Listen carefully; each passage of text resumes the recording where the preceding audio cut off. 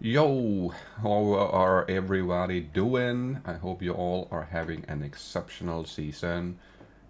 I am for sure enjoying myself a lot. I have, however, made a list going over a bunch of things.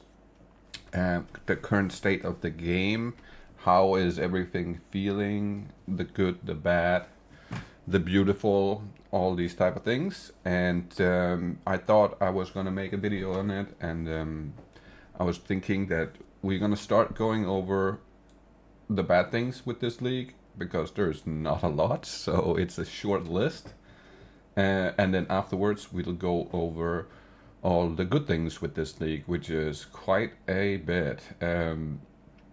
As always, you can catch me in the live streams on Tuesday on Twitch and Thursdays on YouTube. And like, comment, subscribe, all that good jazz. And let's get into the video. So, first and foremost, let's go over some bad stuff. And there is a couple of things that has been a problem this league. And it's a reoccurring problem from the previous league, actually, that hasn't been fixed yet, which is the connection to servers. So I'm having a lot of connection issues where I'm in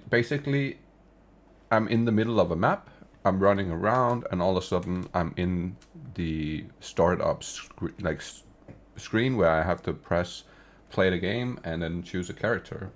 And in the bottom left corner it says lost connection to host. Now this happens a lot, especially when you're doing super juiced maps. And one of the biggest issues with that is that you do a very, very juiced map, kind of like this one, for instance, and then you lose connection to the host, and when you log back in, it counts as having attempted the map, but you haven't completed it. And the problem with that is then you end up with a corrupted zone like this when you were doing your nexus that was super juiced, and it just bugged out and kicked you out of the game. You come back in, now you can't clean this area, or you can't maybe you were doing a unique map and you get back in and the unique map is gone, or whichever map you did, it's now gone and it's now just a regular note, right, with no juice on it. So basically, like this one, this is what it looks like afterwards. And that problem is something we had last week as well. It's really bad, though. I'm not gonna lie. This has been a horrendous connection problem type of league. It's pretty much the best worst update we'd had so far. Best content, worst connection, worst stability, literally. Which is the second point, is the game stability, the load times and the performance. It's kind of rough right now. You'll find that often when you open up a map, just walking into the portal literally sometimes takes multiple minutes for it to load into the actual map. And then other times it takes like 2 seconds. And that goes for a bunch of stuff. It's kind of annoying. It's a little bit stressful to play with, and it kind of over time it takes away from the experience, and it starts slowly grinding you down, and you get a little bit annoyed, and you get more annoyed until you get really fucking pissed off about it, and it really, really needs some kind of an adjustment in the stability and connection situation. I'm hoping that 04 will bring more of that. Then there is a massive bug going around. I don't know if you guys have experienced that. I'll explain it real quick, and then I'll leave it like a little clip of what it looks like. So basically, we have a minion bug with the strong boxes. So when you're using specters, I don't know exactly what the criteria here is. If it has to be the certain specters, if it has to be an infernalist, if whatever it precisely is that's making this bug appear, I'm not entirely sure. but I'm only encountering it on my minion build. I've yet to encounter it on my ranger, on my mercenary, or before I swapped into minions when I was playing the ED Contagion. I didn't have that issue. So basically, you walk up, you press a strongbox to open it. Once you've pressed it and opened it and the monster starts spawning, you are now unable to use any of your abilities. So you can't use any attacks or any defense abilities. You cannot pick up any items off of the ground. You can only move, so you can only use your WASD. You cannot do anything else. It's the only buttons that work. You can't pull up your map. You can't do anything. You're basically completely locked out from playing your character. And then you have to basically quit the game. You load back into the map. When you come back into the map, everything works again.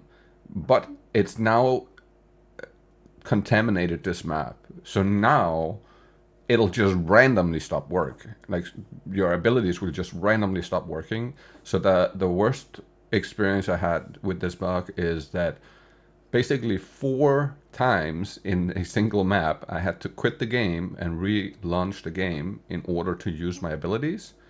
And after having had this issue with basically every third map, it got to me after I'd played like 150, 200 maps. It started really getting to me, and I started getting really annoyed and really pissed off about that whole situation, because it's bringing you out of the it's taking you out of the engagement that you have with the game, and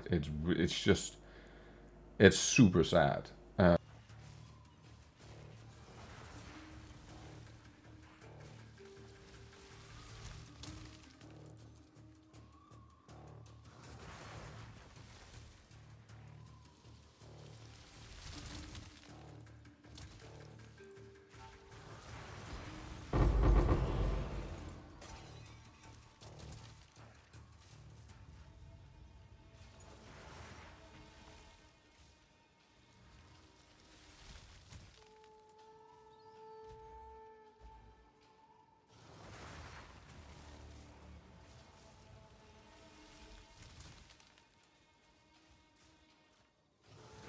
Locations like Big John Salvage still exist, the vault does not, but it is referenced again in the Art of Fallout 4, as well as the developer notes and scripting for the Traveling Vault Merchant random encounter, in which Fred O'Connell can be found heading for Vault 81.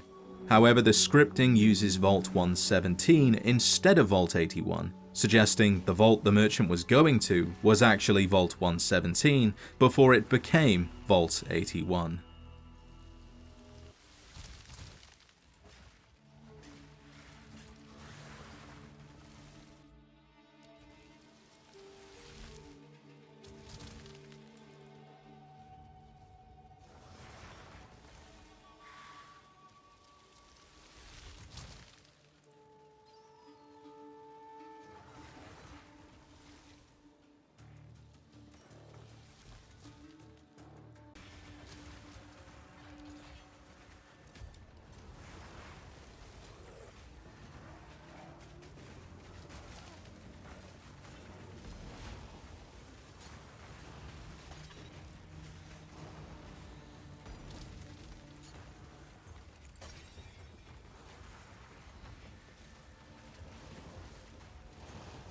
Serve me.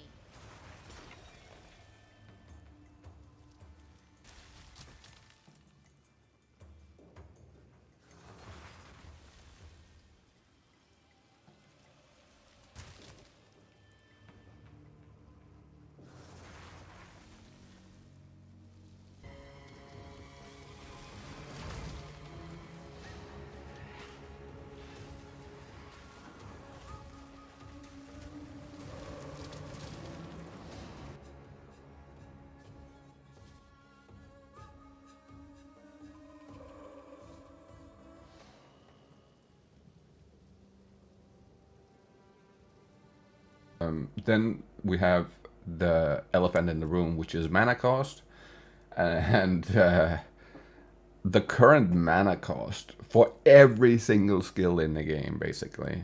I don't think there's a single skill in the game that doesn't have a mana cost that's kind of outrageous. It's so bad so that even with multiple percent mana gained after kills and leech and everything, I still have mana issues. I'm still having a lot of trouble keeping my mana up. And I don't feel like a ranger should have a mana problem. If anybody should have mana problems, it should be the witch and the sorceress, right? Because they rely on mana mainly, whereas I feel like a ranger shouldn't really rely that much on mana. Same goes for like a melee character, shouldn't rely too much on mana, but it does feel like the mana cost is kind of outrageous. I would say they could almost cut it in half and it would still be fairly high mana cost. The new change that they made to tablets, so we are currently in 3.1 where they have now changed the tablets, so you no longer add a tablet to your tower and then the tower adds a stats to your map. So that doesn't work anymore, so you're no longer looking for these triple tower setup situations or quadruple. If you can find like a 4 tower setup, that is like the best. But that is no longer a thing. Now you just open up your map and then you're adding your tablets with every map here at the bottom. Now, personally, I'm not a big fan of this change. I still think that it's a bit of a nerf, just in general, to the amount of drops you're getting out of it.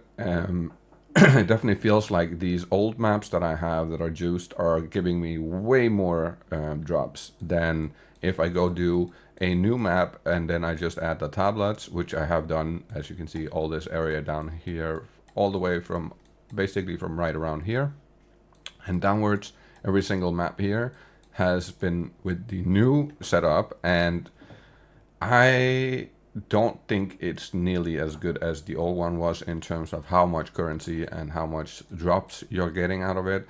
But that being said, it's better than having to find 3 towers like this right here and then having to like run all the maps around it to kind of like force spawn all the mods onto the maps that's within the 3 tower setup or tower range. That was kind of annoying, and having to like look for that shit is kind of annoying in general. So I am a big fan of adding our juice directly to the maps like we have on the tablets. I just don't think the tablets is the right direction. Now, personally, I would like to see the tablets being changed into map tablets, meaning that we go back to being able to add them to a tower, and then X amount of maps within the tower range changes into a specific map. So, let's say that you are a gigantic fan of Savannah. Then you get a Savannah map tablet. You put it into the tower, and it changes 10 maps within range of the tower to Savannah. So now instead of this one being Morrow, now this one is Savannah. This one is Savannah. This one is Savannah. This one stays Forage. This one is Savannah. You know what I mean? If we could get that from the tablets, I would much rather prefer that. Now, with the juicing, I still think that the PoE1 method of juicing is the best way to go. It's way more specific to specific mechanics, whereas our tablets is very RNG. You have to roll them. There's no guarantee if you drop a ritual tablets that you'll get the actual tablet with the mods on that you're looking for. It's super RNG, and I don't necessarily am a massive fan of this. I don't think they are specific enough. I I don't think we can juice the maps enough with these 2 mods. It's basically adding 6 mods right to your map, so you can pick 6 mods. If you have the right tablets, then maybe it'll be really good, but if you don't have the right tablets, it'll just in general be pretty shitty, the result. I'm gonna use PoE1 here as an example, so in case you're not a PoE1 player, pay attention, and I'll basically show off how we do it in PoE1 to compare it to here, and then we're gonna talk about how the PoE1 current PoE1 system kind of functions better. I don't think they should just copy it one-to-one. I think they should make something similar, but it doesn't have to be a one-to-one copy. I just think it has to be more specific towards specific mechanics, like the scarabs are in PoE1, and then on top of it, having all of these things being something you spec into on the tree. So like Abyss is here, for instance, right? Like all these things are here, and you spec into them on the tree, and then you add more of that specific mechanic to your like atlas or to your map with a scarab. I like that method way better. I think that is way more healthy for the game in the long run and in general. And I think that even though a lot of PoE2 players who aren't PoE1 players are not a big fan of using PoE1 mechanics, I am personally of the mindset that you should always utilize a system that you have invented that performs perfectly. If it's possible to utilize that, you should always go for that first and foremost, and then you tweak it afterwards. You take the idea and then you change it so it fits the narrative, right? But if you have something that works perfectly and is very, very precise and good, don't change it just to change something. I don't think that's a healthy way. Now, let's check the PoE1 scarabs so I can explain. All right, so here we are with PoE1. Let's check the scarabs. So if you're unaware, this is how our main way of juicing our maps in PoE1 is from scarabs and from our Control G. Yeah, okay. All right, so our main way of juicing our maps is we have our atlas kind of like we have in PoE2, where we spec our points into. However, this atlas is a lot more specific to specific mechanics. So this league in PoE2, we had the Abyss League, which is basically, as you can tell up here, it's Boss Abyss set up right here. And this is the same mechanic I ran in PoE1, is the Abyss. So as you can see right here, we have Abyss. If I press this, you can see it'll highlight all the other abyssal nodes on the tree. So we have them here, we have up here, we have those and those down here. And then besides that, we have some shrine and some scarabs. And then we have all of the boss nodes, which is for the pinnacle and uber bosses. Now, I personally like being able to spec into a mechanic directly, and your points have basically give you some specific things, and those things can then be further buffed with the scarabs, right? So if we look right here on this note right here, it says abysses in your map do not lead to an abyssal depth, lead to 4 pits if able. Now you can then use that note along with your scarabs. So if we go over here, you can see we have the little abyss icon right here. So all of these scarabs right here is all abyssal scarabs. And as you can see, if I take one out here, it says limit 2. So you can actually have 2 of these with your map. So I could put 2 in like that, and that will then bring an additional abyss.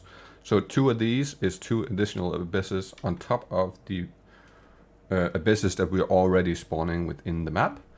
Now we have abysses spawn 50% increased monsters. That's very nice. And then we have this one, which says that it leaves behind hordes, which is the one that I personally use. And then there's another one right here that says it's increased the difficulties and reward for each prior pit the abyss, right? Like, so you can, all these are very specific towards abysses, right? And we have that for each mechanic. So this is for the breach, and the breach, again, you add however many you want. This one says 5, so you can add 5 of these, which is basically 10 extra breaches in your map. So instead of you relying on having the 10 breach maps spawn off of the 1% chance, now you can just forcefully put 10 breaches into your map to finish out the abyss here. But so this is the current setup I'm using, right? And then we have this one up here called the Scarab of Risk. So I'll put 2 of those in as well. The limit here is again 5, but 2 seems to be a really good number.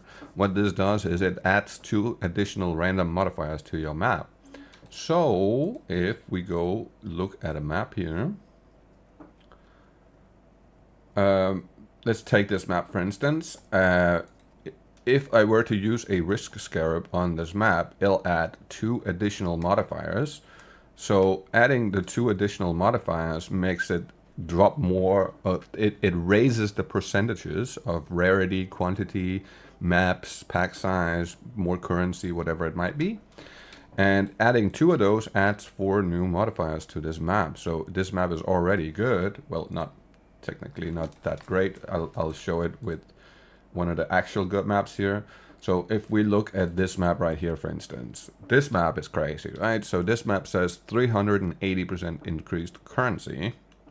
Now, if I add these 2 to, like, on top of this map, this means that it now gets 4 additional modifiers, which could technically all be currency modifiers. So this could end up being 600-700% increased currency when I put this all together and then put it all in here with a map, right? So you're able to add 5 of these currency scarabs to your map. And by adding these, you increase the difficulty, but you also increase the reward, and it's a lot more specific rewards, or you could say it's a lot more specific. The added modifiers and the added difficulty is very much something you tailor make for yourself, so you can like grind the specific mechanic that you really, really like. So let's say you really like breaches, you can then add all the breach nodes on your tree, and you can add all the breach scarabs you like, or like the breach scarabs you want with some other scarabs maybe, and then only focus on doing breaches. You don't really have to do delirium, you don't really have to do expedition, or you don't really have to do abyss or anything. You just basically only focusing in on one thing.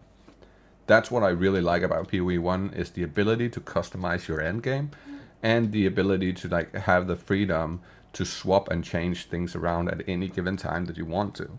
And then having the ability to like hone in on one specific mechanic that you really like and then just buff it to the moon. So I think that's the better way to go. I definitely like the Atlas of PoE2 better than I like this Atlas right here, where you just start from your T1 maps and you move to T2s, T3s, T4, 5, 6, 7, 8, 9, 10, 11, 12, 13, 14, 15, 16. And then once you get up to the 16s, you have basically completed your Atlas. I like the infinite idea better in the end, but I just don't like the fact that I can't pick out, let's say, a specific map and then I play that map and that map only. Because what you'll see here is, oh, okay, I have a couple of each map here, right? But then if you notice, oh, I have 71 of this one map. So the reason I have that many of this map is because you can favoriterize maps, and then the chances of you dropping that specific map is a lot higher. And on top of that, you can, each map has its own set of rewards, and you can now attach those rewards to a different map. So let's say I don't like the Basilica map, I don't like the boss, I don't like the layout, it's a really annoying map in general. But now that reward system that gives me these 4 rewards that I'm highlighting here, so the Orb of Annulment, the Mirror Short, the level 3 Enlightenment, and the original Scripture, those now drop from the Canyon map instead. As you can see, when I open up to see the reward, it's now the same rewards. I like the fact that I only have to do Canyon maps now if I want that reward, right? Like, let's say I really want Annulment Orbs. Now I just run the Canyon map over and over and over and as many times as I want to. And the reason I really like the Canyon map is we take the Canyon map here and we... Wow. I am actually stuck in my own hideout. There we go. If we were to take this Canyon map and we put it in here, let's just do... Yeah, fuck it, why not? But the reason I really like the Canyon map is the layout. The layout is one open square, and it's super easy, it's super fast to get through. So if we go over here, let's see.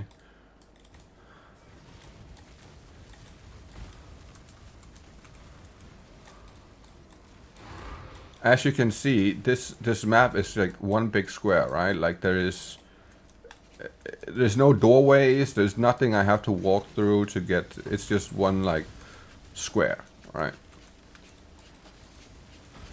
That I like. I like being able to run a map where I like the layout. I prefer this layout, right? Because it's so easy to get to the end, it's super easy to get through, it's super easy to kill all the monsters, it's very fast too.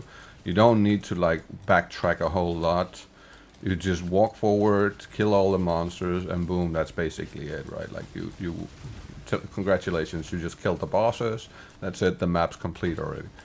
So I want this, I want to be able to do this in Path of Exile 2. I want to be able to run the specific maps that I like.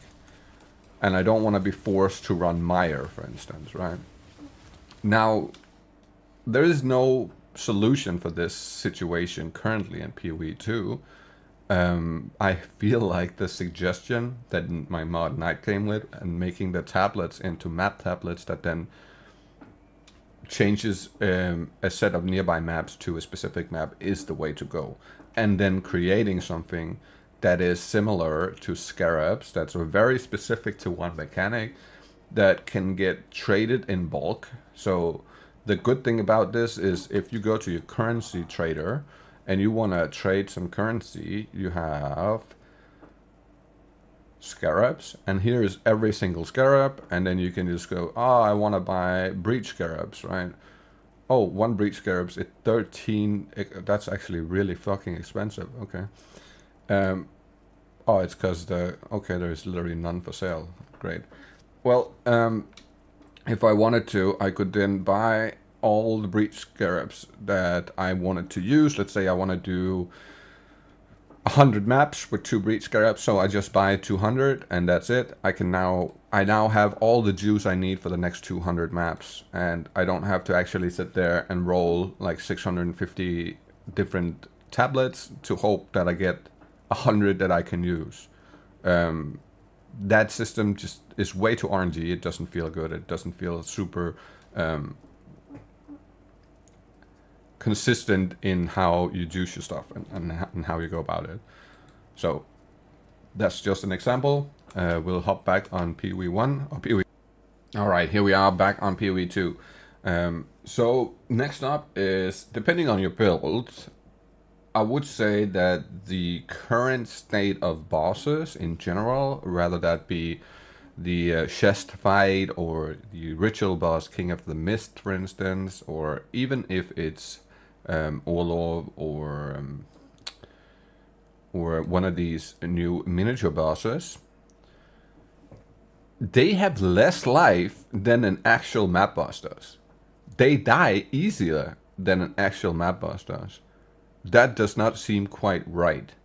It feels a little bit like either the map bosses have too much life or these guys have too little. Either or, something ain't quite right. It should feel like you go map boss and then you go a step up to these mini bosses and then you go and a further a step up to Shist or to one of the Uber bosses. But it currently feels like it's Uber bosses, then it's the mini bosses, then it's the map bosses in the current game in terms of difficulty and how much life they have. So I fought a map boss the other day that had 47 million life. It took way longer to kill him than it does a T4 chest. And that just doesn't seem right to me. Especially when in maps, if you die, that's it, the map's over, done. In the chest fight, if you die and it's T1, you can replay that 100 times over and you don't lose XP. So it doesn't matter how many times you die. And I get it, it's so you can learn to fight, but it's basically more profitable to run them at the low level than it is on the high level. I know this because I just did 5,000 splinters of breach on the highest tier, and I didn't get a single good item out of it. Not one out of 5,000 splinters. And honestly, that does not feel great. I think I would have been better off running it at 50 splinters than 150 splinters, because that would have given me 3 times the amount of attempts and therefore probably around 3 times the loot generation as well. So yeah, there is something that's not quite right there currently. And then in an overall perspective of the current builds in the game, there's one type of build that reigns supreme currently, in my opinion, which is lightning. Any of the lightning skills, or most of the lightning skills, feels very good and very strong to use. There is a handful of fire builds that feels decent and that looks somewhat good, but they can't quite keep up with the lightning builds, in my opinion. It's kind of like the lightning is the better type of damage at the moment. It's better than physical, it's better than fire, it's better than cold, it's better than poison or chaos, in my opinion.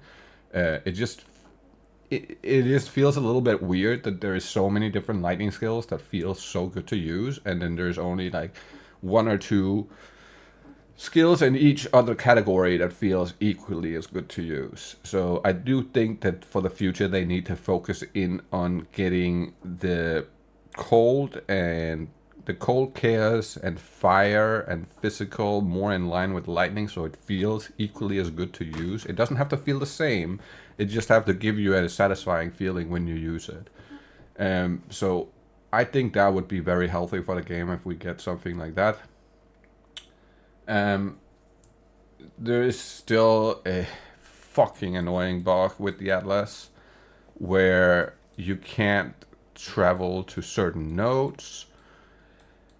They're just not connected for some reason, and you could say at sometimes it doesn't really matter too much. It's not the biggest issue, because if you have like a random map that's not connected and it's not juiced, or there's like nothing going on with that specific map, you don't really give a fuck if it's not connected. The problem becomes once it's like a super nice map or like a super juicy map that you all of a sudden you can't travel to it because it's just randomly not connected to anything. And in this season it's even worse. It's actually sometimes they are connected to something and it still doesn't fucking let you travel there. It's a little bit weird that this travel system is kind of messing up a little bit at the current state of the game. It's not quite right yet. It's still having some trouble generating routes, and sometimes it has issues just letting you travel around it. And I do think that needs some type of fixing. I don't have any suggestions here. I'm not sure what you can do to fix this or make it better. Oh, it's right here. So as you can see, this fractured leg right here, it does not have a connection. There is nothing connected to it. And had I known this, I would probably have put the Grand project in here, so it unlocked it like from that. But since I didn't really know it at the time, since this wasn't discovered when I took this tower, I found out the hard way. And as you can see, I ran every single map around it to try and gain access to it, and it still doesn't allow me to do this map.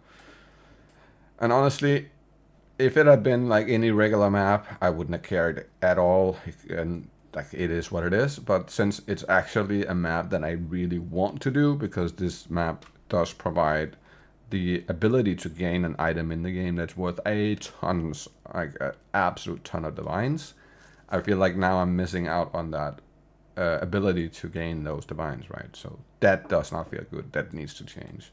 And this has happened multiple times this league already. It's a very common thing, and it just needs fixing, man. It's just in general, it's annoying.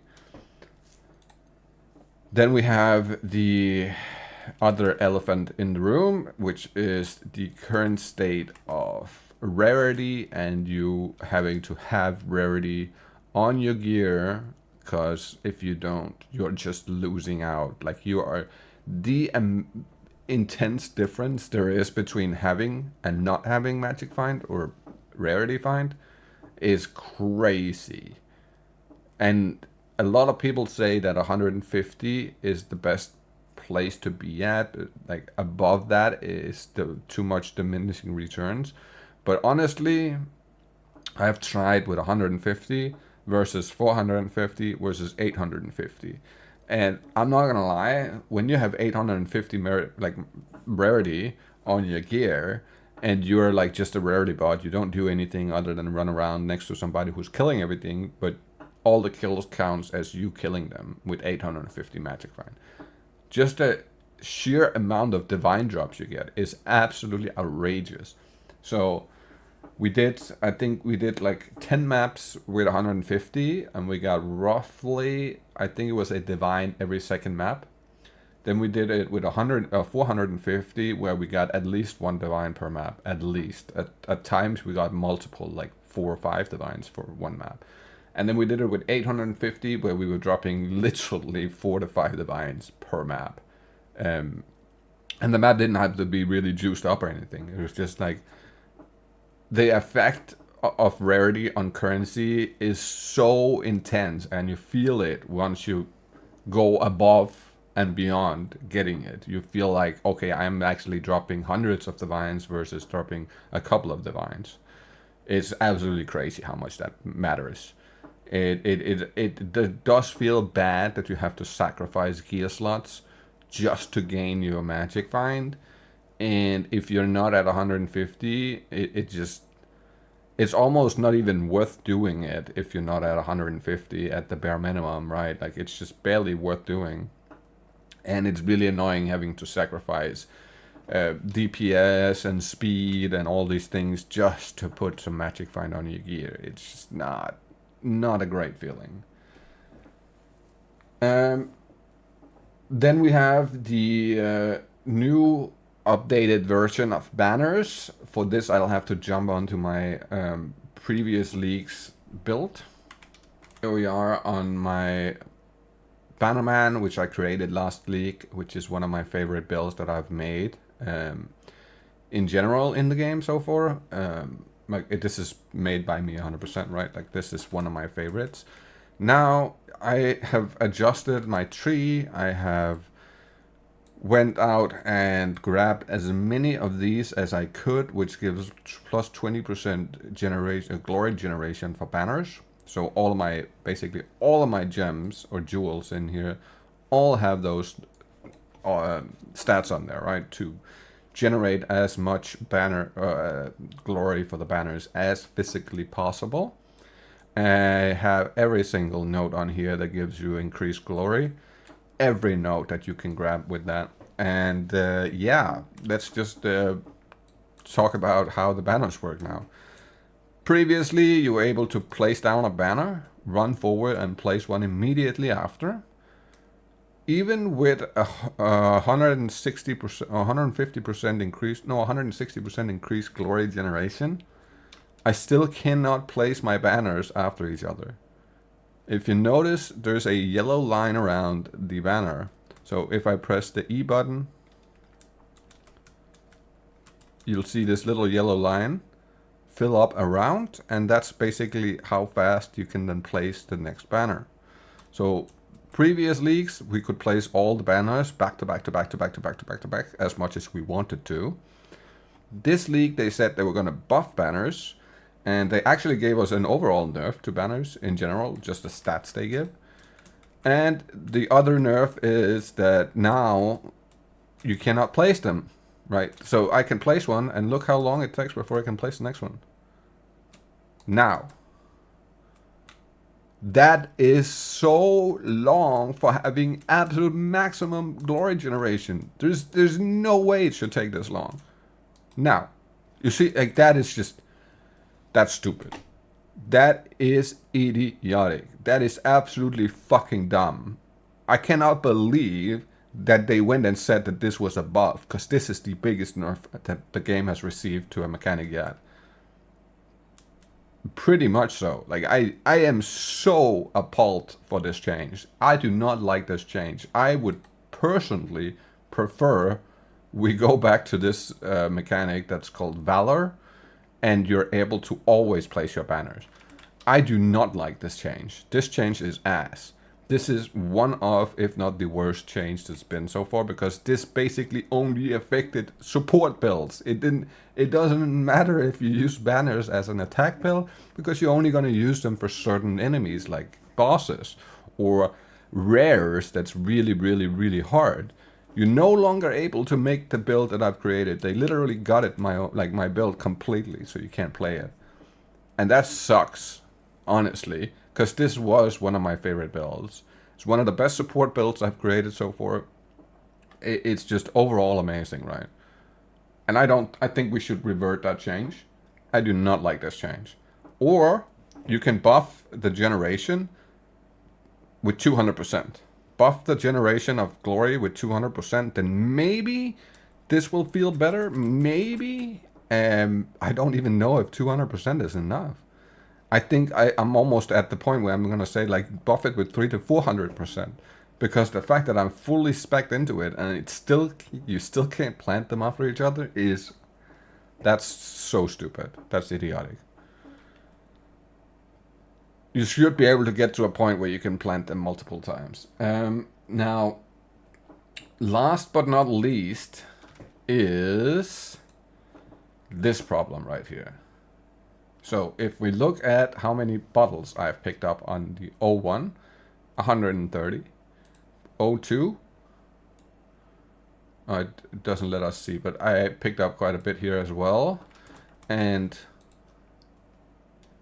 now here in 03, again, 158 bottles that I had to pick up in order to get the bottles that I wanted.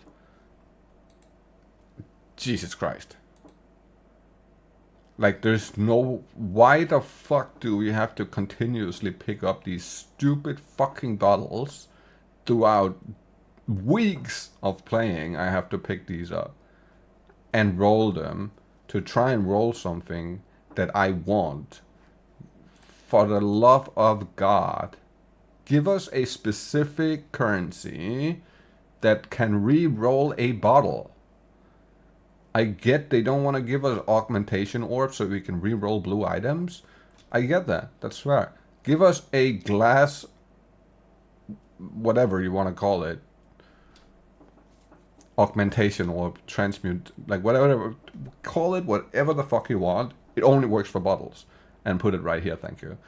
We need that more than anything in terms of the whole flask situation. We need to be able to re-roll the flasks. Because having to pick up that many flasks and then roll them all just to hit one that's kind of like this one, for instance, right? And then it be on the wrong fucking base. And now you have to continuously pick them up because you just can't roll the mods that you want on them, right? Like it feels like it's going against the grains. It feels like you're running against the stream. It just feels like it's made to kind of prolong the process. I do not like that. And that is basically it for the bad things of this league currently. That is it. Like it, I know it took a little bit of time and some explanation, but that's literally 10 things that is wrong with this league, right? Just 10 things that I would like see changed, basically. Now, it's time to go over all the good stuff, because there is a ton. So one of my biggest complaints with the previous league to this one, so Dawn of the Hunt, it was that there wasn't enough build variety. There was like, or it wasn't that there wasn't enough build variety. It was the build variety was not measuring up to how good Lightning Spear was, and there was only basically 2 or 3 builds you could play. Pretty much all of them Lightning Spear, or you could play some support like I did, but pretty much all of them was Lightning Spear, or it was another lightning skill, right? So it was Lightning Spear, it was Lightning Arrow, it was Galvanic Shards, it was, you know what I mean? Like, that was it. That was it. There was literally nothing else really to play. Unless you wanted to like have a hard time, then there is plenty of builds to play, right? But if you wanted to have the feeling of getting to a powerful state where you're OP and you can just run through maps, it just really didn't feel good on anything else but Lightning Spear and a couple other builds, and that made me want to quit the league, alongside with the servers getting booted all the time, and the appalling crafting system, not being able to actually craft good items. Those things were like some of the worst things that we had, and they completely 180'd on this league, where there is so much build variety now due to a bunch of changes, and there's so much more variety when you're playing a public game in terms of like what kind of characters do you see, what kind of builds or abilities do you see. It's super random, this league. There's a lot of everything. You see a lot of different characters, a lot of different skills being utilized, a lot of different stuff going on.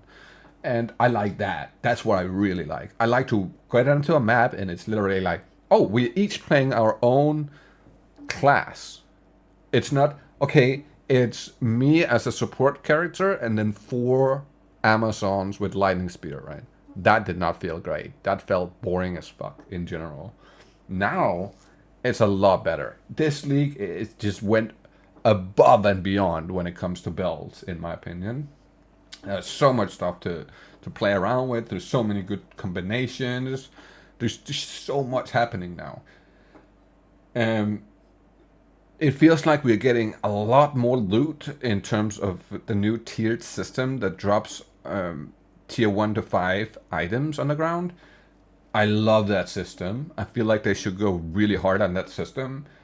Nothing better than picking up a blue T5 item, IDing it, and then catching something that's like crazy good, right? Like this one, for instance, right? I picked this up. It's a T5, and it rolls with T1 evasion rating on it. Now that's freaking perfect, right?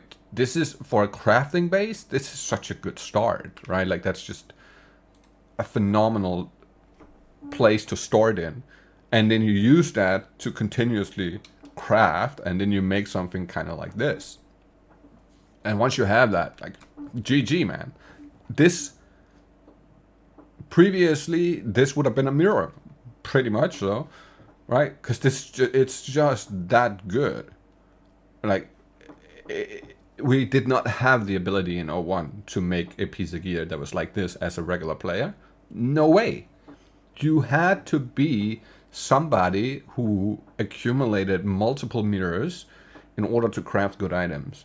And this league, if you're a type of player that can accumulate a certain set of divines, you can then interchange the divines into crafting currency, and you're actually able to craft good items. So that in itself is just what a great freaking change. Like, it's so good. Love the new changes to the ascendancies. So they changed the Blood Mage perfectly. I think that's how it should have been from the start. They changed the Witch Hunter. It's a lot better now than it was. I'm actually a little bit surprised on how well the changes work. However, I will say there's one thing about the Witch Hunter. You gave us 100 weapon points, right? So basically they gave us the ability to have 124 of these weapon set points. So you can technically, let me say technically, because this is still not quite the way I feel like it should be. Technically, you would be able to play 2 builds at the same time. However, the biggest issue with that note on the tree is you still only have an X amount of skill gem slots, right? So you technically cannot play 2 builds. Because as you see here, I only have 1 free spot for another skill. So if we said that this was the Witch Hunter, I would only be able to have 1 additional skill besides the ones that I'm currently using as the first setup, right? So honestly, I think they should make it that you're not only getting 100 points for the weapon set, I think you should get twice the amount of skill spaces here, right? So, but it has to say page 1 and page 2 basically, and you're then removing the ability to dedicate 1 skill to a specific weapon set, and you now just have weapon set 1, weapon set 2, and each one of them takes a different set of skills, and now you're able to actually play a bow character that is running around with the mace setup on the second hand. That is how I think they should do that. I love the idea of having the ability to play 2 builds at the same time, but I do personally think that we need more skill slots if we are to be able to actually play 2 builds at the same time.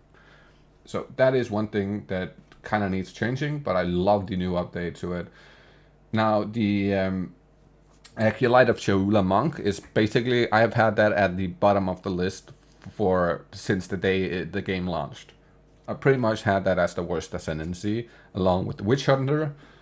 I will say the Witch Hunter definitely moved up for me. The Shaula Monk is better.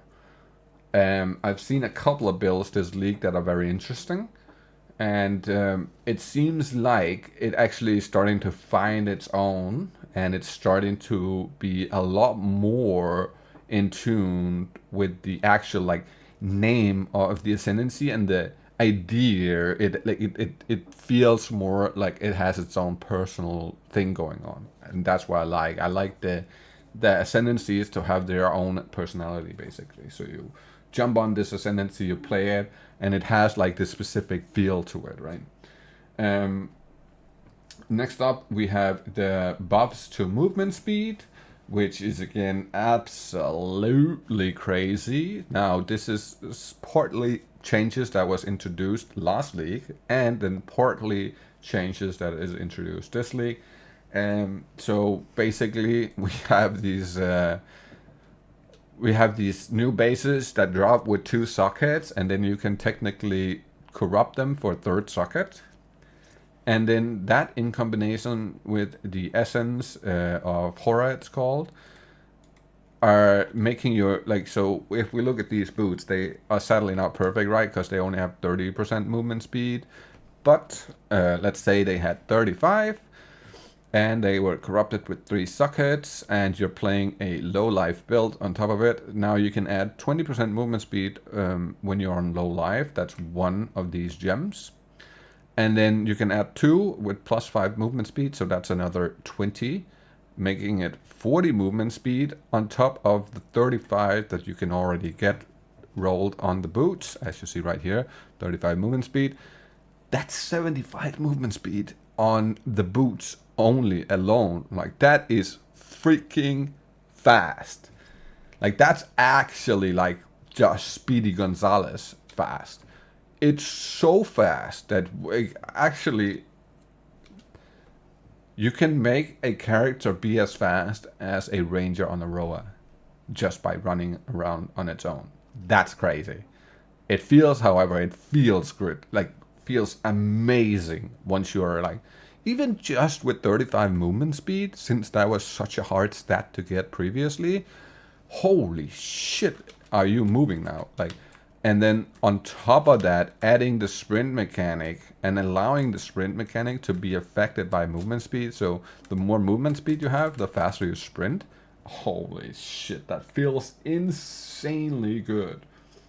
I'm so happy with these changes. And just the ability to be able to roll something like this, like T1, T2, T1, T1, T3, T2. This would basically have been a fucking mirror as well last league or previously.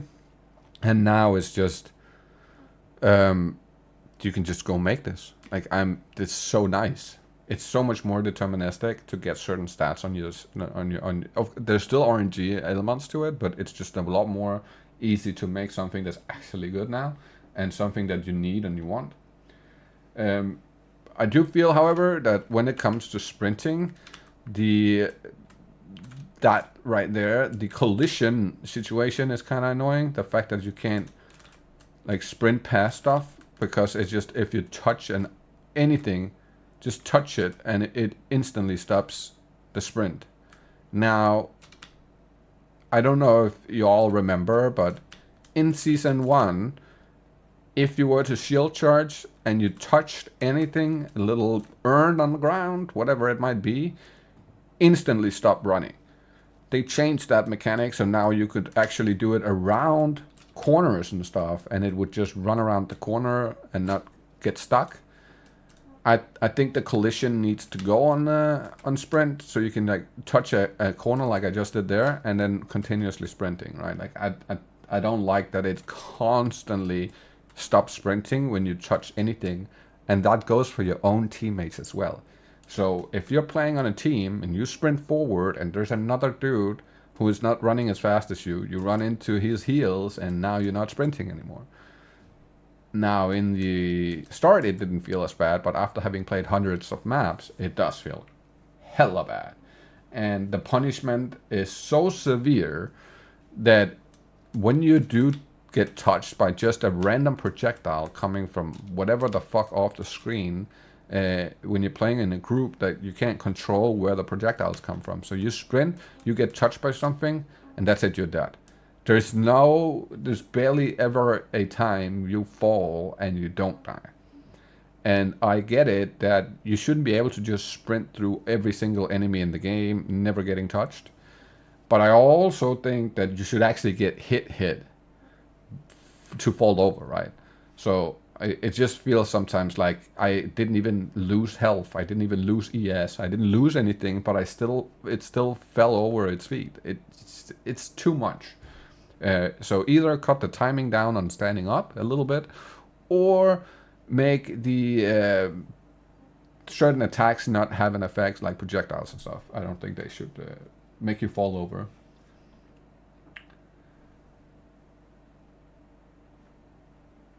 Now, they added something called the Lineage Support Gem System, which is currently these type of gems right here, which is unique gems that you can then add to your build. You can only use one of them, which is fine. You can always, if you want to use one on multiple, like I do Brutus Brain here, so your minion doesn't die. It can't do damage, but it cannot die. So I swap that around between my Roa and my companion, depending on which one I am currently using. So that is a really nice change. However, some of those gems are maybe like exceptionally powerful, and some of them are really bad. Something like Ricciardo's Flow here, as this is just outrageous how good this is. Now, this inverts resistances on monsters. So let's say you meet a monster, it has plus 75 lightning resist. with this on, it now has minus 70 lightning resist. And that in term, that means that you do not spec into any type of lightning penetration, because that's no longer a valuable stat. It's basically useless now, just because of how that specific gem works. And due to that, it's just so much power in one little gem, in comparison to how much power you get off the tree. Because to gain that kind of penetration on the tree would take a lot of freaking nodes to get that much penetration for an element. And yeah, so there's a couple of these gems that feel outrageously powerful, and then some of them, or a handful of them, feels very, very bad. Basically, some of them feels like you would never use them, right? Like, that's just not worth it. And if we go over here and we look at something, this one, for instance, it has 35% chance to load a bolt into a crossbow when the crossbow is dealing a killing blow. This basically enables my crossbow build right now to be able to do what it's doing. And without this gem, you're not able to actually play it. And as you can see, one freaking gem is 60 divine. This one gem is 60 divine, and my entire build doesn't work without the gem. That's a little bit steep, having to pay 60 divine for one item just to make the build work. That is a little bit too much, in my opinion. They need to either buff the drop rate a tiny bit on those, just because of how that specific one is a general in the general drop pool, but it seems like the drop rate is super low for something that's very specific to one build.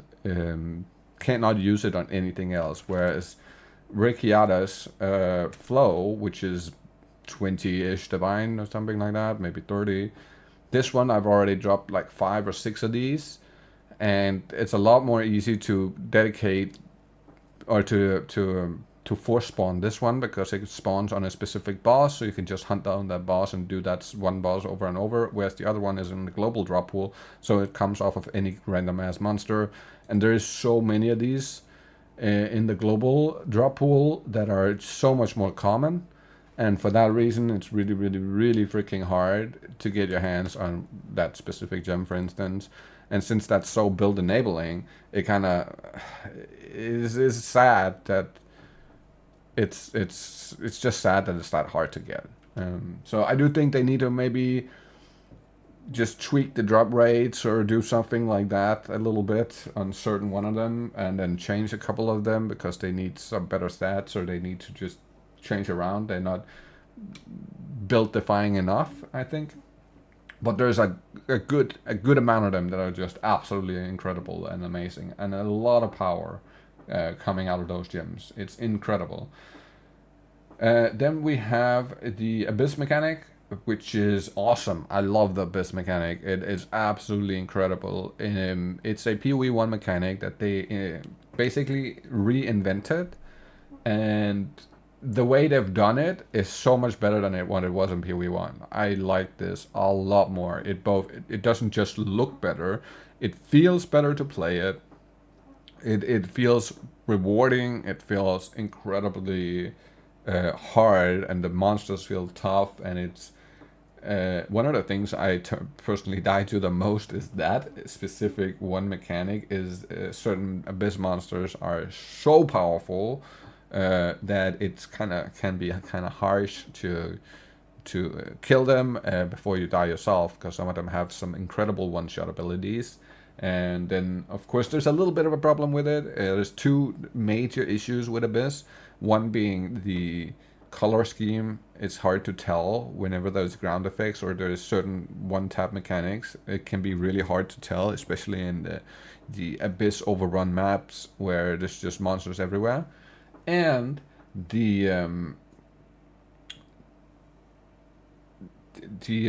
just the general tuning of them, I feel like it may be a little bit too rewarding, or it may be a little bit too tough around the edges. The fact that the Abyss rare monsters is 100 times more dangerous than the actual Abyss Uber boss is, right? So there's mini bosses within the Abyss that you can kill, and once you kill some of those mini bosses, you can drop a cool mech invitation. This then leads to an Uber fight, or maybe not an Uber fight, but a boss fight within the Abyss realm. And this boss fight feels a lot less harsh than the rares that come out of the Abyss pits. So it does feel a little bit overtuned on certain like aspects of the Abyss, but in the whole scheme of things, if you look at it as a general mechanic, overall, I feel like it was one of the best mechanics they could have added. I feel like it's super great. It's really awesome the way it functions. Oh shit.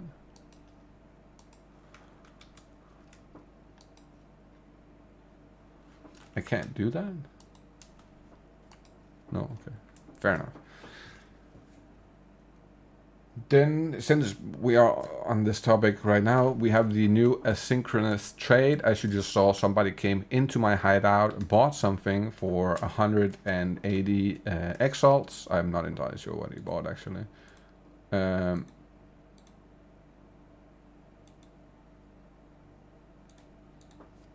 Yeah, I don't know what the fuck he bought.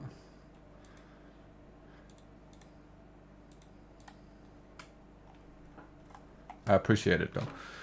Now, this, in my opinion, is one of the greatest changes. It is absolutely phenomenal. I think there's not... I'm trying to think of a game that did something like this as good as Path of Exile, and I cannot currently think of a game that I've played that had any type of trading system within it where the trading system is this perfect. I personally think this was the greatest addition to the game that we had so far, just in general. And I think that this, once it gets to PoE 1, this will be the most significant change to PoE 1 in many years. It is just that good. Now, it's worth to say, there's still some scamming going around. There's a massive amount of people that, and some people don't even call it scamming. They're just like, oh, it's trade PvP or whatever the fuck. Those people are idiots, in my opinion. If you don't view this as a scam, you are a fucking dumbass. I'm sorry, but that's how it is. If you walk into a store and the price of, or if you go to a gas station and the price of gas is $4 per liter, that's what it said on the sign outside, and then you fill your car with 80 liters of gasoline and then go into pay, and then you find out that there's a difference between each liter of gasoline. 1 liter costs $4, the next one costs $400, right? Like, so now you're just paying thousands of dollars or thousands and thousands of dollars for this 1 tank of gasoline, because it is random what the prices per liter is. It just randomly generates them. And that's what people do. They'll take stuff like these tokens for the Secamus. They'll put a price on them. Let's say a price for this would be 20 Exalt.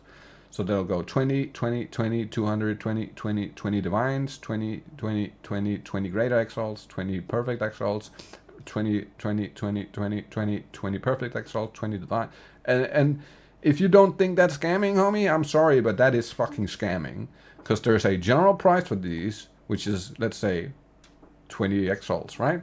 And then if you're putting 20 Divine on one, and you're putting 20 Perfect Exalts on another, and 200 Exalts on this one, then you're intentionally overpricing stuff, hoping that people will come in there not paying attention and then accidentally buy your stuff for a massive overpay, right? And call it trade PvP if you want to. I call this scamming. This is exactly how you would feel if you got the same treatment in the store or anywhere else in life. If that's the treatment you got met with when you bought something, you would also feel like you got scammed.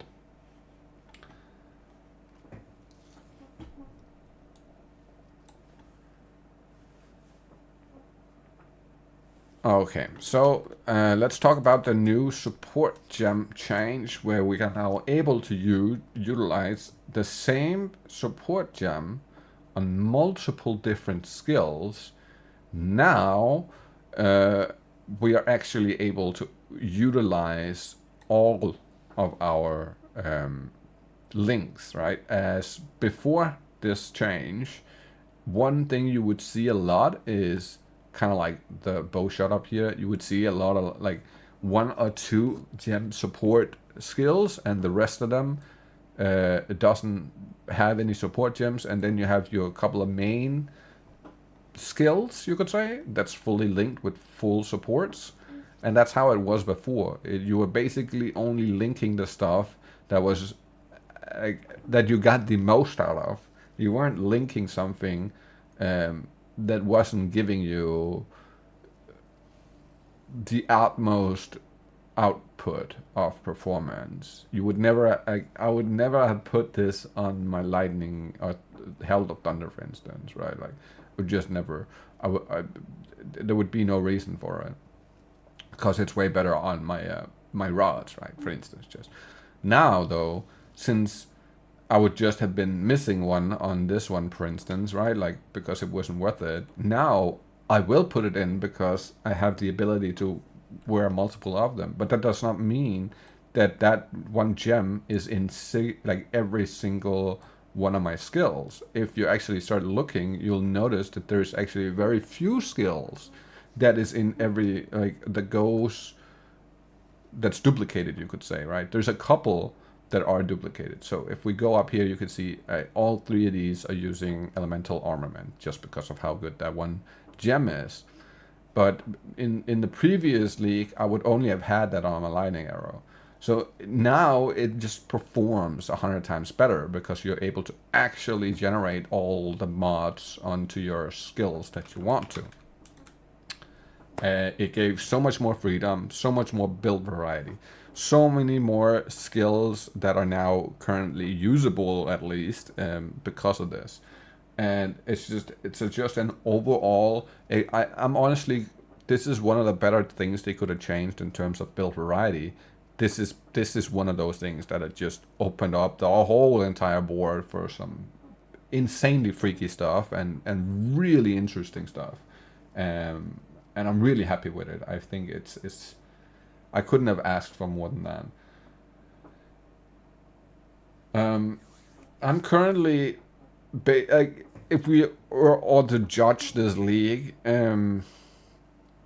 so in 01, I played every single character available and every single ascendancy, and I enjoyed myself quite a bit. I reached level 96 on one, I reached level 95 on another, and I had a lot of fun. Most of my builds got past level 90. Now, in last league, in 02, Dawn of the Hunt, I played every single ascendancy they came out with, so all the 5 new ascendancies, I played all 5 of them. However, the highest level I got to was level 92. I did hit level 90 on all of them except for my ritualist, because I made that as the last build of the league and there was not a lot of people playing, so and it's a support build that I created, so it's just not the greatest. Well, it is, but it's reliant upon other people like creating the games and me just running around with them. And at the current time, it wasn't happening, right? But level 92 was the highest I reached, and then 4 of them got to level 90, and the last one didn't. But I quit the game real early on. I think I played 350 hours or something like that before quitting. For me, that's really low, personally. This league, however, I haven't been able to let go of the game other than for work and stuff like that. That's the only reason I've actually not played, or if I had to hang out with somebody.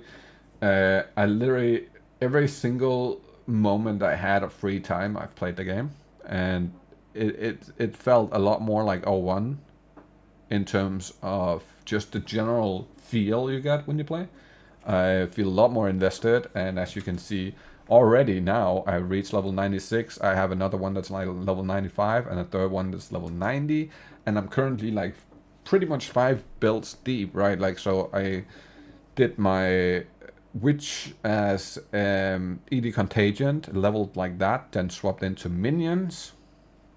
Then I did mercenary tactician that I created like a grenade build for, and then I swapped it into the witch hunter, and now I'm doing an explosive shot grenade build with it type deal, a little bit different than what the previous one was.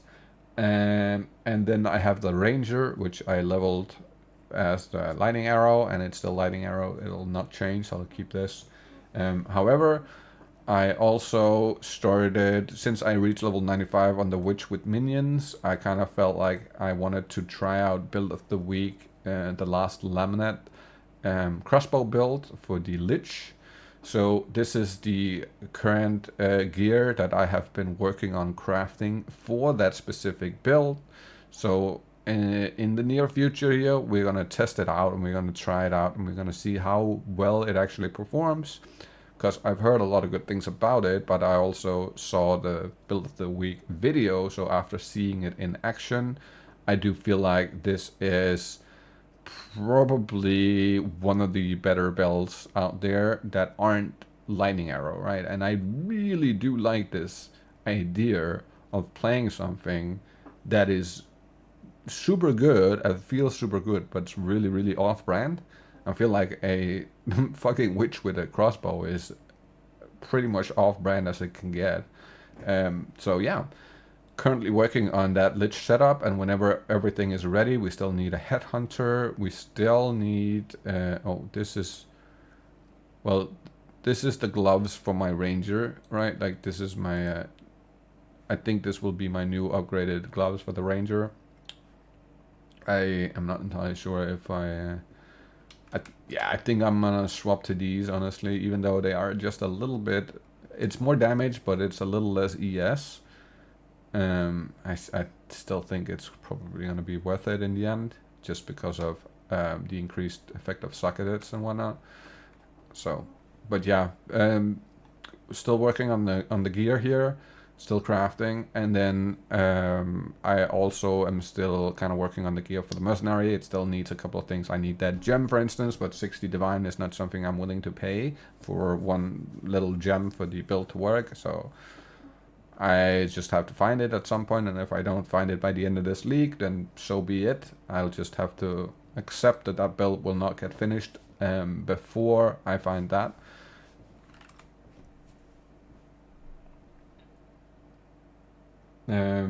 Yeah, so that goes to show a little bit how invested I've been into this league. I've already basically made 5 builds, working on the sixth build now, and I cannot wait to get that lich up and running. And then of course I'm gonna take all of my minion gear and then transfer it to standard and give it to my current standard infernalist. I feel like that will be the smartest choice, since that gear is not the best gear. That infernalist is good, but it's definitely not the greatest gear. So for that reason, I think like okay, I'll just keep all the gear. I'm not gonna trade it away or sell it or anything. I'm just keeping it, and then we'll put it aside for the standard infernalist instead. Now, my biggest overall issue from day one with the game, my biggest quarrel, you could say, with the game has been the crafting system. If you've dropped in on my live streams previously in the previous leagues or something like that, watched some of my videos, you might have noticed me going a little crazy over the crafting situation from time to time, especially when finding like a 4 mod item with 4 really good mods on there, and then using a regular exalt to gain like 2 more mods, and then it was always gonna roll accuracy and fucking stun or some bullshit like that, and you never got an item that was actually good. That the crafting system in 01 wasn't there. There was no real crafting, and whenever you did want to, like, whenever you wanted to craft, You had to go buy Omen of Whittling for 30-40 divine to re-roll one mod on your item. And then, oh, I didn't like that the T4 lightning rest. Now to change T4 lightning rest, I have to pay 30 or 40 divine every time I want to press that one and change that one fucking... That is just too much, right? Like, so basically there was no crafting unless you were mirror tier crafting. Then you had plenty to play with, right? And this league introducing all these new tiers to the currency, giving you the ability to actually add good mods to an item is night and day difference, right? Like it's just so much better than we have ever in anything else. So as you can see, by being able to use the perfect AUG and the perfect transmute, you can then add two mods that are guaranteed to be high tier mods, and therefore you can like make a starting base that literally are perfect for what you're doing, right? So let's say, let me see if I might not have a good base laying around here that I can explain it from.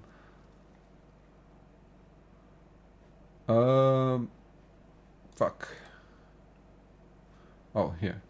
So, for instance, I made a base, started out with +3 all skills, and on top of that, it had a tier 2 all resist on it. And in my opinion, that was just too good, right? Like, it was just so fucking good. It had a random... I can't remember what the prefix was. I'm not entirely sure.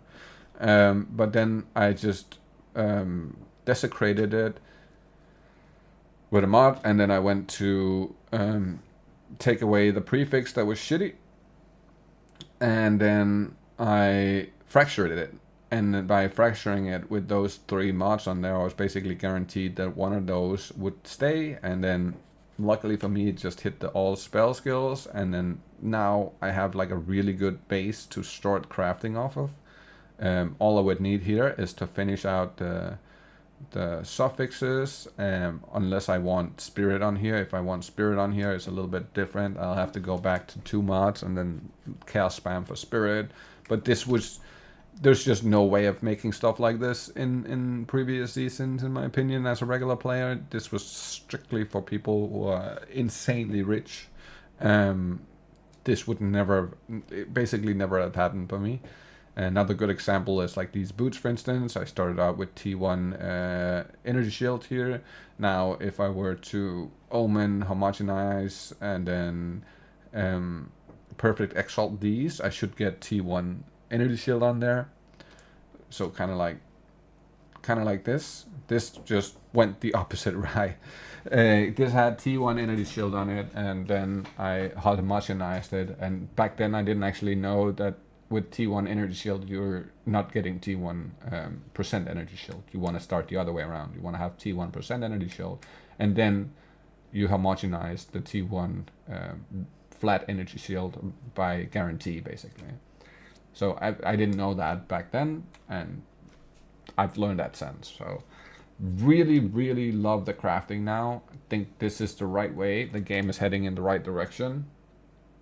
The new Abyss crafts, the new desecrated mods from these preserved or ancient bones, or gnawed bones, depending on which level you're looking for modifiers in. This is again a tiered system. So you have your tier 1, your tier 2, and your tier 3.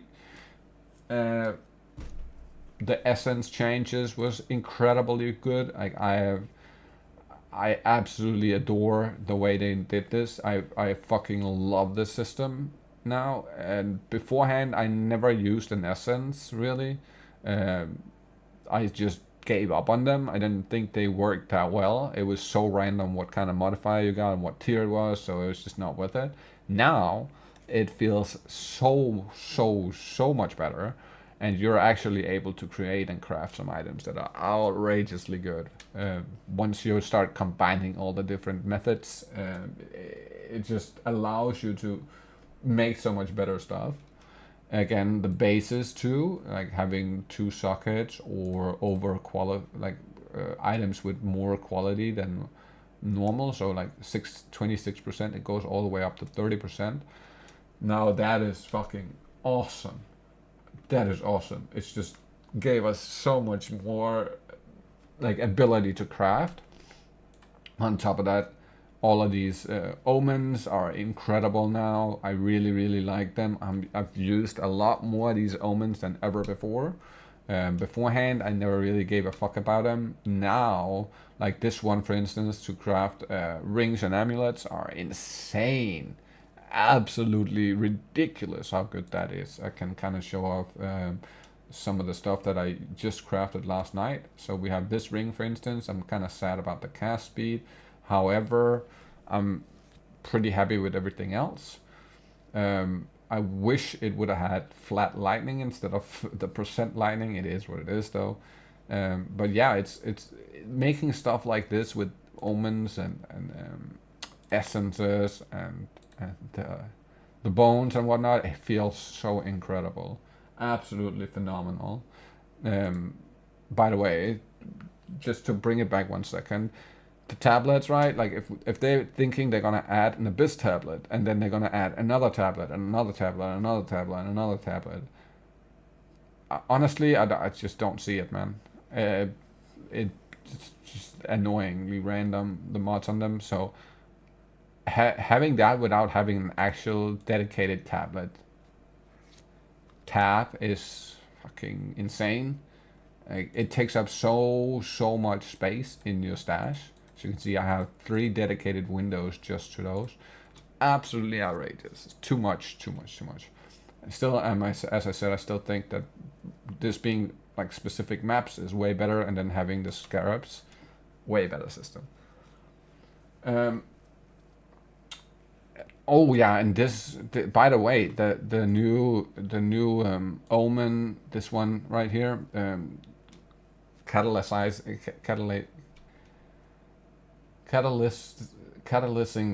exaltation. Holy shit, what a word! This one is so good, and what it also did was breathe basically new life into these catalysts. Beforehand, you added your catalyst to your ring, and let's say you wanted lightning, and then it gave you more lightning damage, and if you had lightning resist, more lightning resist, right? And then after the fact that you had added that percentage to your rings and your amulet, now there was no point in picking them up anymore. They were kind of just taking up space in your stash for no reason. They weren't selling for anything, like nobody gave a fuck about them. Now that you can actually use them for crafting, they sell a lot more. They're a lot easier to sell. There's a point to picking them up now. I tend to pick up all of them because I want to use them for crafting, and the ones I don't use for crafting, at least I can sell them. And they do fetch a fair price. Especially these reavers are absolutely disgustingly expensive this league. Love them, and the reason they are so expensive is to make these Kybana rings right here, where you have flat damages, and the reaver is perfect for that. Also, this league they added a new ascendancy, and it's not like a obvious new ascendancy. Oh, here you go. Now you have a 3rd ranger. Nope, it is a secret ascendancy. So basically, what happens is, if you go to the Well of Souls, and once inside of the Well of Souls, you have the invitation to Colmac, this little green finger that I was talking about before from doing the mini bosses. If you have this in the inventory, actually I can just put one in my inventory to kind of show you guys. As you'll notice, here it says you can now jump into this area, and you can then do that boss fight. If you were to do that as a witch on a lich ascendancy, now you can change your ascendancy to become an abyssal lich.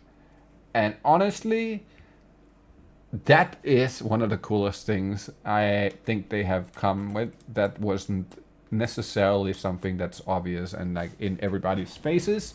I love the fact that there is something that's secret, that you don't get told, that you only find out the moment you do it in the right way or in the right setup with the right things, and then all of a sudden this thing happens that like, oh, what the fuck, I didn't even know this was a thing.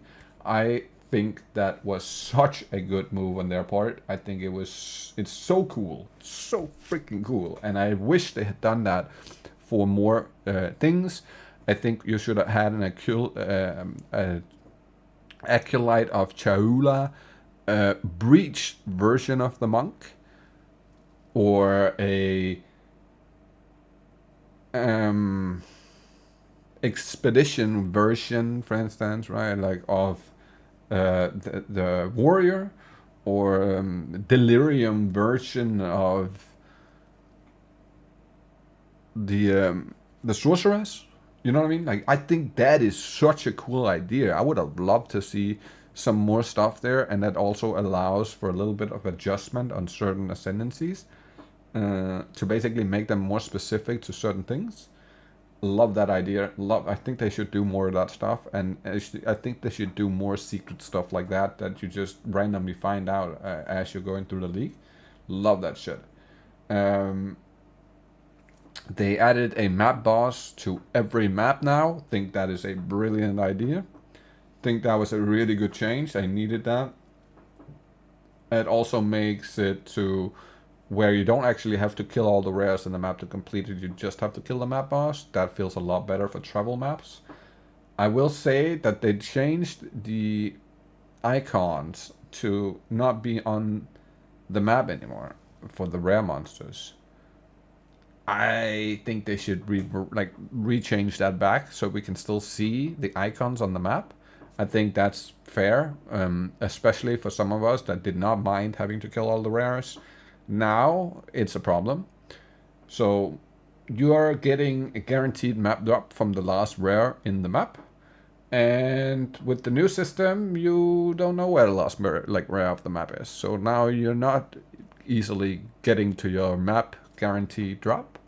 And with the abundance of disconnections and whatnot, basically keeping up on maps in the earlier stages was really, really hard. And yeah, I just don't agree with that. I think they need the icons back. Love the map changes with the bosses. Don't like the fact that they changed the icons. The new mini bosses, they added like the sandstorm, the temporal thing, the mansion, and also the Val ruin and the Isle. All those I think was a really good addition. I definitely see that's again another reason I think that this Atlas is so much better than PoE1's Atlas, which is it's a one and done, and then that's it. I think this shows the idea way better, because now there's a lot more happening, and if we think about it, this is still only like roughly 50% of the game. So when you add another 50% of these ideas, of these type of fights, maps, different maps, 50% more of all that stuff, 50% more unique maps, you know what I mean? Like, oh my god, this will look so much different. It'll be far in between having like back to back to back the same kind of shit. It'll just be like, oh, this whole area, everything you see on screen, there's like literally not one thing that comes out twice. Or I just think that the variety is so much better now, and I can see the direction we're going in, and I really like the way the route we're taking here. I thoroughly enjoy this system. I kind of want to talk about the progression from Act 1 to basically maps. So earlier we had to go Act 1, Act 2, Act 3, and then back to Act 1 and do it again on the cruel difficulty, and then do Act 2 and Act 3 again, and then you were able to go into maps from Act 3, cruel. They have now removed the cruel, and now you go from Act 1 to Act 4, And then once you complete Act 4, they introduced 3 new mini acts called the interludes. And personally, I am a massive fan of this change. I think this was exactly what we needed. It felt so dry having to run through the game from Act 1 to Act 3 Cruel. That shit got real old real fast. This feels so much better. Just in terms of the gameplay, having the different areas, getting to experience different things instead of having to repeat and do the same thing over and over. This is so much better. This is basically better than the solution idea I had. This is 100 times better.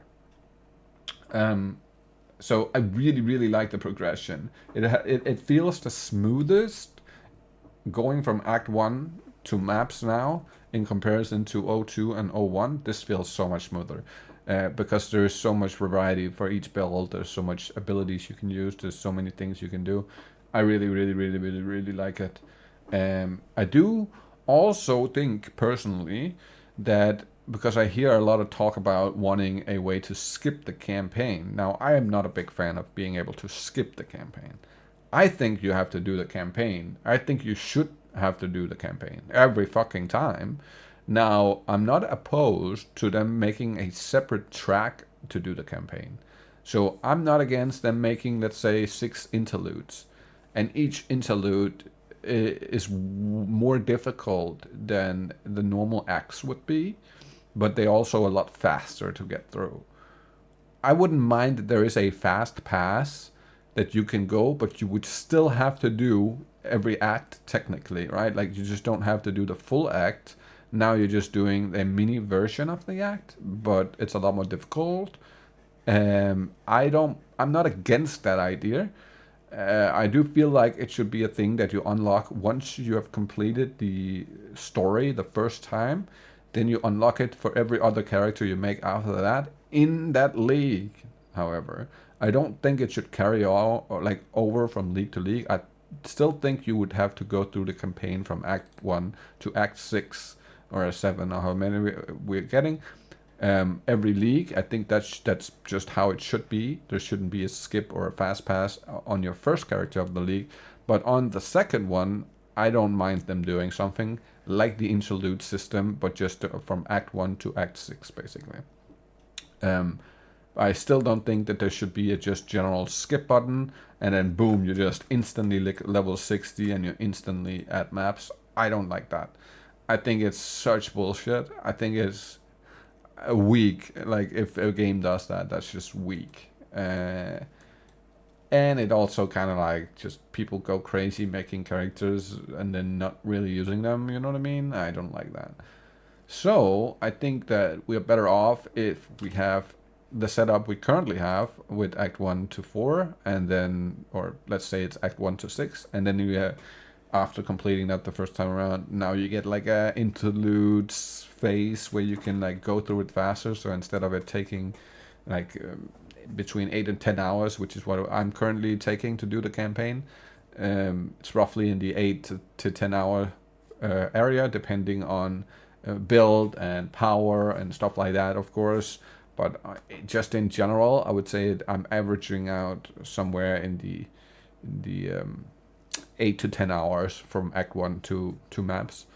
And I don't think that's too long, honestly. I think that's plenty time to get to know the game, and also not so much time that you'll never get to end game. I feel like it's in a pretty decent spot. I do know that there is a handful of people out there, or not a handful, but there's a group of people out there who do the campaign in 20 or 30 hours.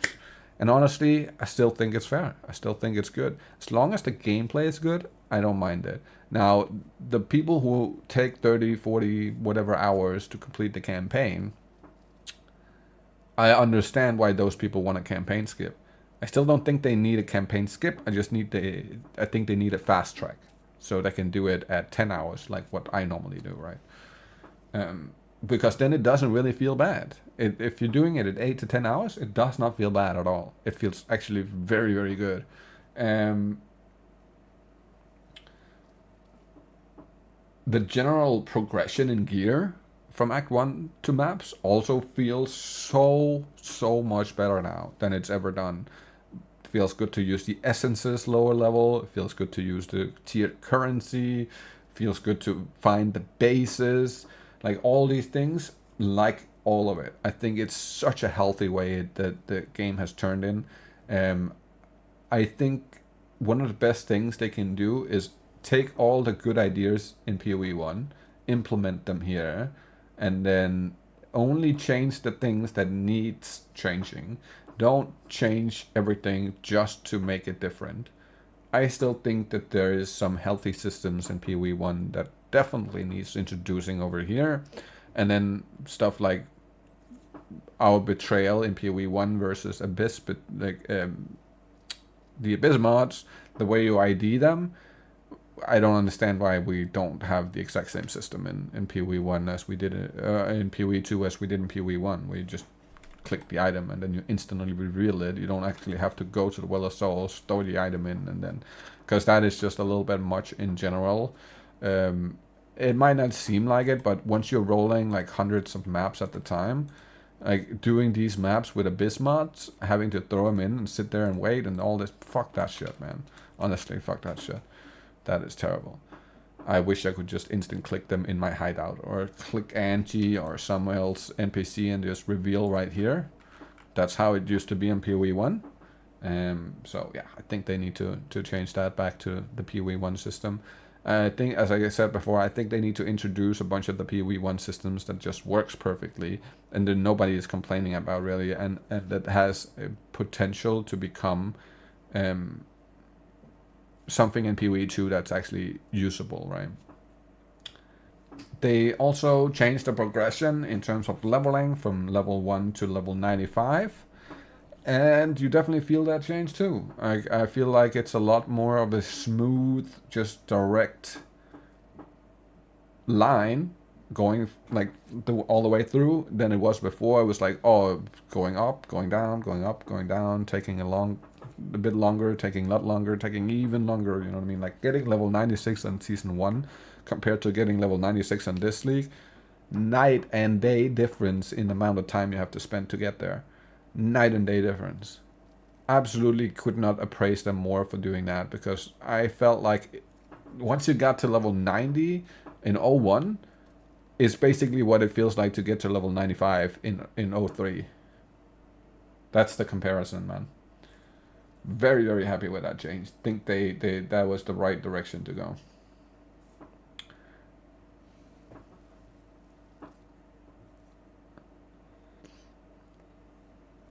Alright, so let's talk about Act 4. So Act 4, in my opinion, absolutely phenomenal. Absolutely 10 out of 10 in terms of presentation when you get there, in terms of bosses and enemies you meet, in terms of freedom to travel to whatever island. No linear, like there's no linear progression system here. You just go wherever you want to go, and you can do it in the order you like to do it in. Absolutely love that. Such a good idea. Think that was a really, really, really good way to make something feel vastly different than what the previous acts were doing, right? So really, really like this whole idea of having a water biome. That's just, I love that shit. So it's very, like you have the foresty feel here in Act 1, you get the desert feel in Act 2, you get the jungle feel in Act 3, and now you have the water, like, sailor feel of Act 4. I cannot wait to see what the Act 5 and Act 6 themes are going to be, how it's going to, like, how are the progression going to be through the acts, how are we going to see, what kind of enemies are we going to see, what kind of bosses are we going to see. I cannot wait to see it, because I am so confident in what they're doing now. I kind of lost confidence last league to the point where I was kind of doubting if I was actually going to end up liking the game or not. I was really, really doubting it last league. This league, however, and the introduction of Act 4 has given me a lot more hope for the future. It has given me basically a picture of the route that we are on. Like, I'm seeing into the future, basically, what direction the game is taking, and I really, really like what I'm seeing. I think this was a 10 out of 10 league for me. Maybe I should say 9 out of 10, right? Like, it's a 9 out of 10 league. So the reason I'm not giving it a 10 out of 10 is due to the connection issues and a couple of the problems we talked about in the earlier stages of the video. But I think that overall 9 out of 10 in general for every aspect of the game here. I'm incredibly confident that Jonathan Rogers and Mark, they are on the same page as we, the players, are.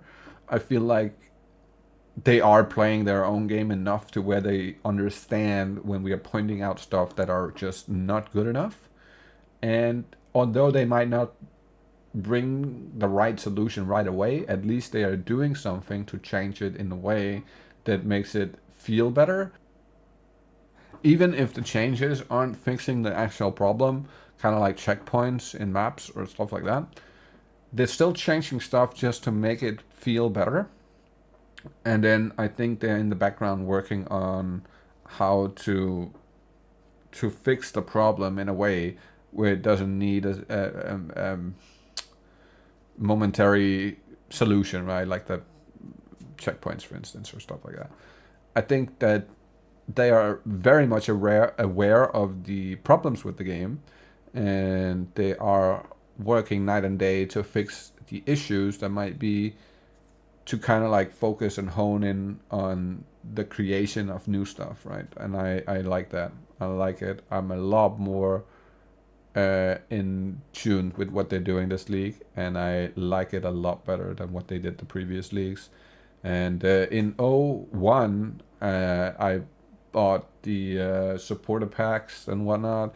In O2, I didn't buy a single thing off the store because I really didn't think we were seeing eye to eye on what the game should be. And this league, I feel like they have earned all the credibility they need, and I'm no longer afraid or like no longer concerned about where the game is kind of heading in the future. So I'm more willing to spend money on the supporter packs and stuff because I feel like they deserve it. And this is something you rarely hear me talk about, right? Like, I usually don't promote any type of microtransactions or anything like that, but I do feel like when they're doing the things right and they're going in the right direction, getting rewarded for that helps them continuously move in that direction, right? So for that reason, I spend more money on the game even though I shouldn't. I feel like they earned it, and for that reason, I'm willing to spend some. Yeah, so this was a long video. I know there's so many aspects and so many things that had to be talked about here, that I couldn't condense this down to a 15-minute video. That was just not possible. There's too much stuff going on. There's too many good things happening. I feel like we spent like roughly half an hour talking about the bad stuff, and then we have spent like an hour and a half talking about all the good stuff. That's just how much it is. I think I'm really happy for the future of this game. I think I cannot wait to see what next league or next season brings us. I can't wait to see what they do with PoE1 and how they're going to implement certain systems that they implement in PoE2, like the asynchronous trading, for instance. I can't wait to see how they are going to implement that in those ideas into PoE1 as well as PoE2. I hope to see even more systems in the future that can be added to both games basically at the same time.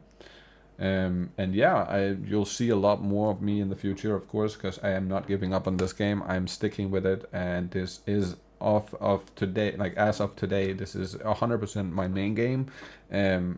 As with PoE1 is as well. I always used to say my main game was Diablo 2 and GTA, but I must admit that I've now officially changed my mindset to be a full-on PoE like player. Just I fuck, this is my favorite thing in the world. I love this game. I absolutely love it. I still love Diablo 2, don't get me wrong. I still jump on there and play it from time to time. But I just do not have the same interest and the same ability to invest time into Diablo as I do to PoE. I might get that same feeling with GTA 6 when it comes out, and I might want to play that a lot. But there's still no real teller if that's actually gonna be the way that I hope it's gonna be. So we'll just have to wait and see for them to put it out. And yeah, that's gonna be it for the video. I hope you all have a good day, a good evening, whatever it might be for you. And as always, I shall see you all in the next one. Have a great one.